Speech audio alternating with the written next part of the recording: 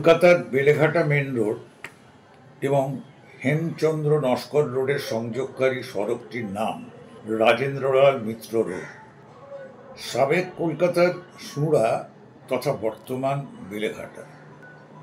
এই রাস্তাতেই রয়েছে তাঁর পৈতৃক বসতবাটি, যেটি রাসবাগানের মিত্র বাড়ি হিসেবে পরিচিত।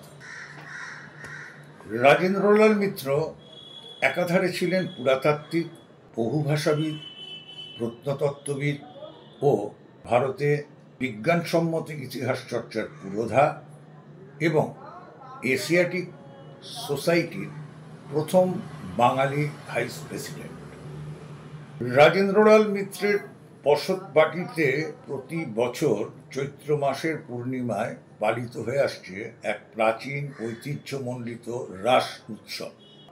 এই বাড়ির গৃহদেবতা বলরাম ও রেবতী রানীকে কেন্দ্র করে অনুষ্ঠিত হয় এই বিরল রাসযাত্রা, যার সূচনা করেছিলেন রাজেন্দ্রলালের প্রপিতামহ পীতাম্বর মিত্র আজ থেকে প্রায় 250 বছর আগে।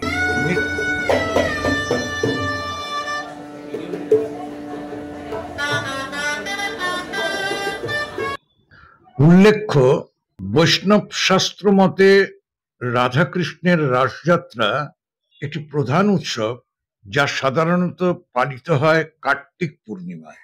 প্রচলিত বিশ্বাস মতে শ্রীকৃষ্ণ ও রাধারানী যুগলে এই তিথিতে সখীদের সাথে আনন্দোৎসবে মেতে ওঠেন।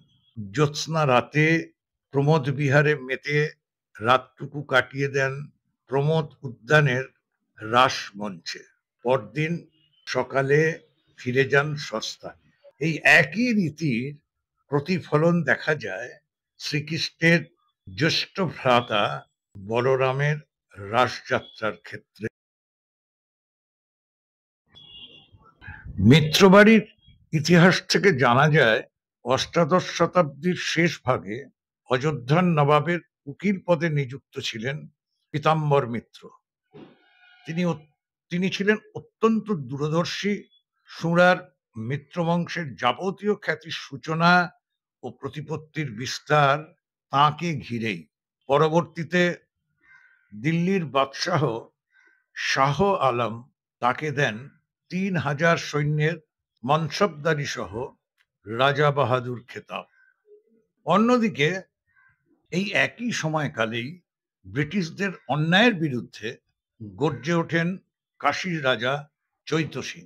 সেই বিদ্রোহ দমনে ওয়ারেন হেস্টিংস দিল্লির বাদশার কাছে সেনাবাহিনীর সহায়তা চাইলে বাদশাহ প্রেরণ করেন তার সেনাপতি পীতাম্বর মিত্রকে।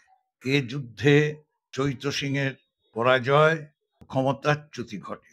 শোনা যায়, চৈত্য সিংয়ের প্রভূত ধনসম্পত্তির মধ্যে পীতাম্বর মিত্র 4টি পরিত্যক্ত পেটিকা নিয়ে আসেন রত্ন লাভের আশায়, কিন্তু পেটিকা খুলতেই দেখা গেল সেগুলি বিভিন্ন প্রাচীন সংস্কৃত পুঁথি ও ধর্মগ্রন্থে ঠাসা।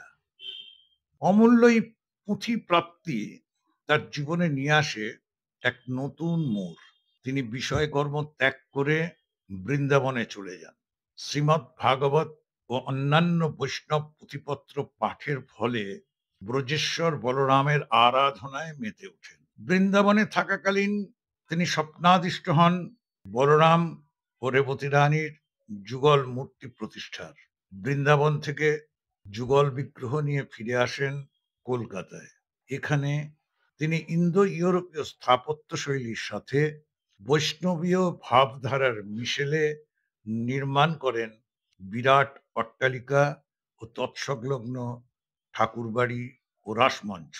বৈষ্ণব শাস্ত্র মতে কৃষ্ণ ও বলরাম অভিন্ন।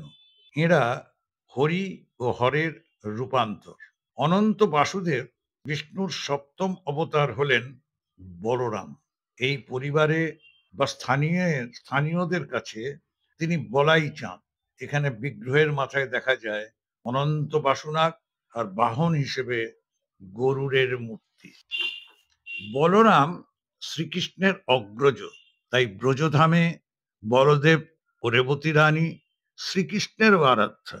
সে কারণে মিত্রবাড়ির এই রাস দাদা বৌদির রাস হিসেবেও পরিচিত।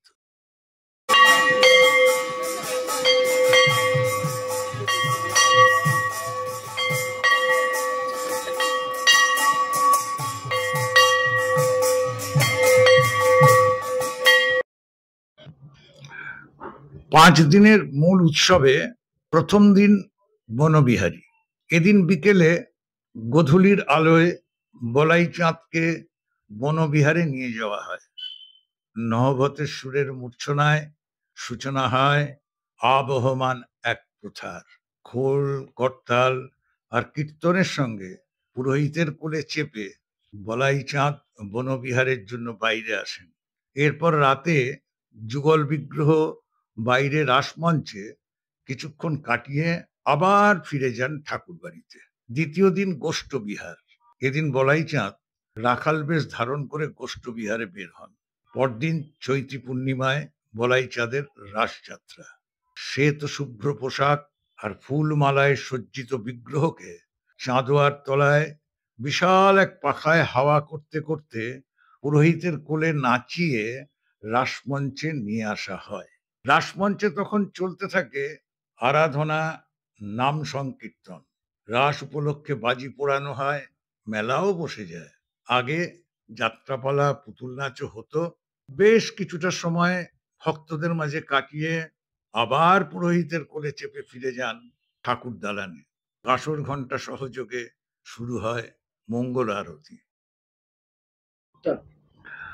আরতি শেষে দর্শনার্থীদের বিতরণ করা হয় ঘোলের শরবত, আমপান্না, তরমুজের শরবত প্রভৃতি শীতল পানীয়।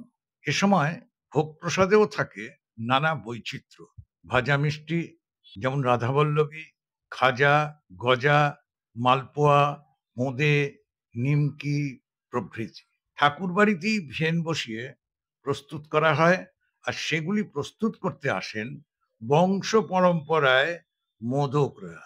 বিভিন্ন ধরনের ভোগের সাথে নেশার বস্তু হিসেবে সিদ্ধির শরবতও নিবেদন করা হয় বলাই চাঁদকে। রাস উৎসবের এই কটি দিন মিত্রবাড়ি মেতে ওঠে আত্মীয়, পরিজন, বন্ধুবর্গ, স্থানীয় মানুষের সমাগম। আর এই উৎসবকে ঘিরে যে আচার, নিষ্ঠা, বিনোদনের প্রকাশ, তা যেন কোনো দেবতার প্রতি নয়, পরিবারের পরম প্রিয় এক সদস্যকে আপ্যায়নের যাবতীয় আয়োজন। আর মেলা মানেই তো মানুষের সাথে মানুষের মেলবন্ধন, আর সেই মেলবন্ধনের পরম্পরা টিকিয়ে রাখতে মিত্র পরিবারের বর্তমান প্রজন্ম সদা প্রচেষ্ট।